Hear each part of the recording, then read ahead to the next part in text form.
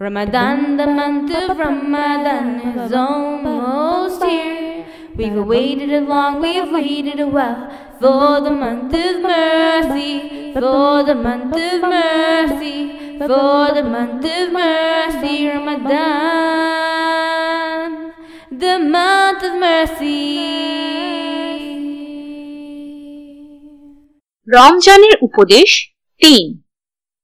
ভাষার রোজা। বেশিরভাগ সময় আমরা যখন রোজা রাখি তখন আমাদের ভাষার কারণে আমাদের বেশ কিছু সমস্যার মুখোমুখি হতে হয়। আমাদের মনে রাখতে হবে যে আমরা যখন রোজা রাখবো তখন আমাদের ভাষাকেও আমাদের সাথে রোজা রাখতে হবে। আপনাদের এটা মনে হতে পারে, আমাদের ভাষা কিভাবে রোজা রাখতে পারে? যদি আমরা কোনো খারাপ কথা না বলি তার অর্থ আমাদের ভাষাও রোজা রাখছে। কোনো খারাপ শব্দ ব্যবহার না করার সাথে সাথে আমাদের এমন কিছু বলা উচিত নয় যা অন্যকে দুঃখ দেয়।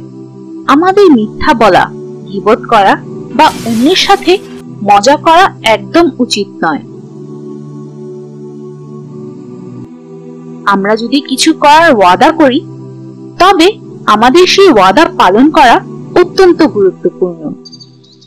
আমরা এটি আরো ভালোভাবে বুঝতে পারবো যখন আমরা নবী জুলফিকুল আলাইহি ওয়াসাল্লামের গল্প শুনব। নবী জুলফিকুল খুব ধৈর্যশীল এবং খুব ভালো বিচারক ছিলেন। তিনি সব সময় তার ওয়াদা পালন করতেন। তিনি দিনের বেলায় রোজা রাখতেন এবং পুরো রাত তিনি আল্লাহ তাআলার ইবাদত করতেন। এর ফলে তিনি রাতে ঘুমাতেন না, কেবল দুপুরের সময় তিনি একটু ঘুমিয়ে নিতেন।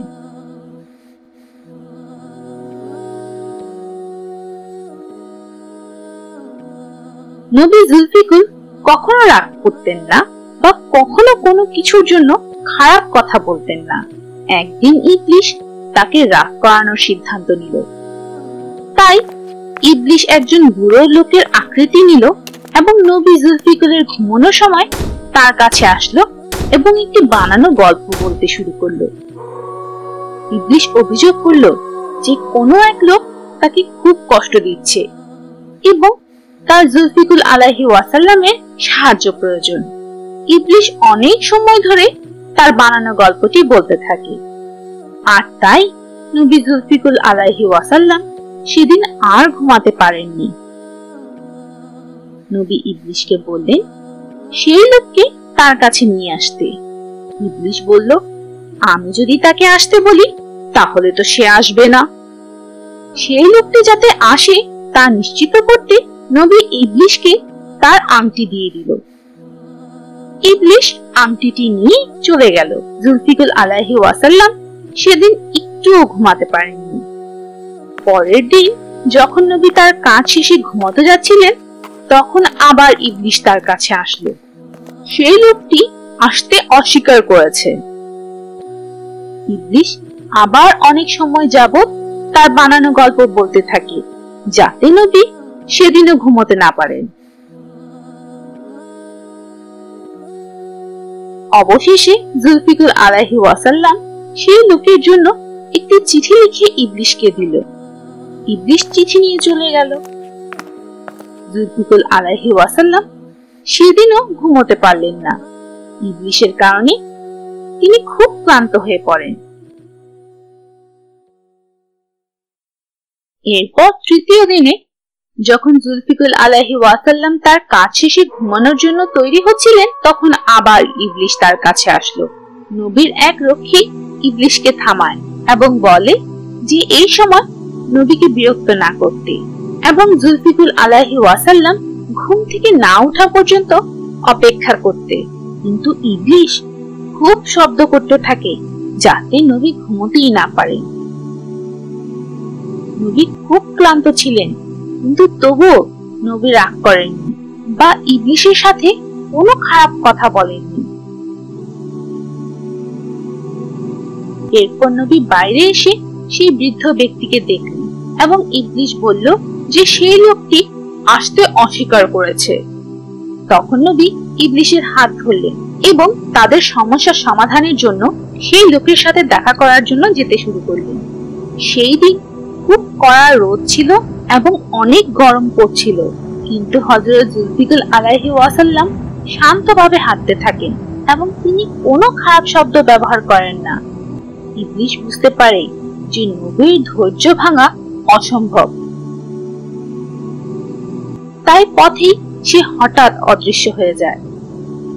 নবী তখন বুঝতে পারল যে পুরো লোকটি ইবলিস ছিল, কিন্তু তারপরও তিনি রাগ করেননি বা ইবলিসের প্রতি কোনো খারাপ শব্দ ব্যবহার করেননি।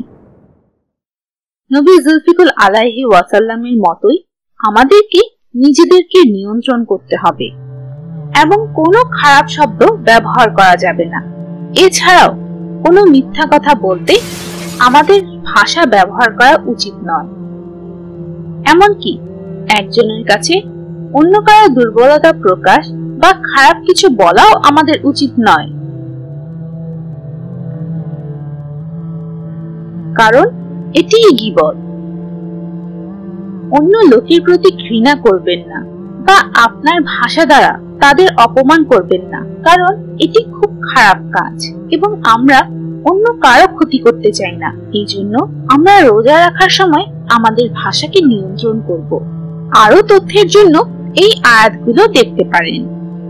কফ আয়াত 18, ফুসিলাত আয়াত 46, বনি ইসরাইল আয়াত 54, আল হুজুরাত আয়াত 12।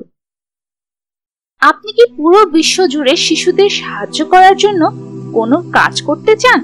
আপনি এখনই আমাদের রমজান ফান্ডরাইজার এর মাধ্যমে এই কাজটি করতে পারেন। আমরা যা কিছু তৈরি করি তা বিনামূল্যে প্রকাশ করি এবং এভাবেই আমাদের কাজ চালিয়ে যেতে চাই, যাতে বিশ্বজুড়ে কোটি কোটি মুসলিম এবং অন্য ধর্মাবলম্বীরা সহজেই এগুলো দেখতে পারে। আমাদের প্রয়োজনীয় সকল খরচ আমাদের সহযোগী দর্শকদের কাছ থেকে আসে।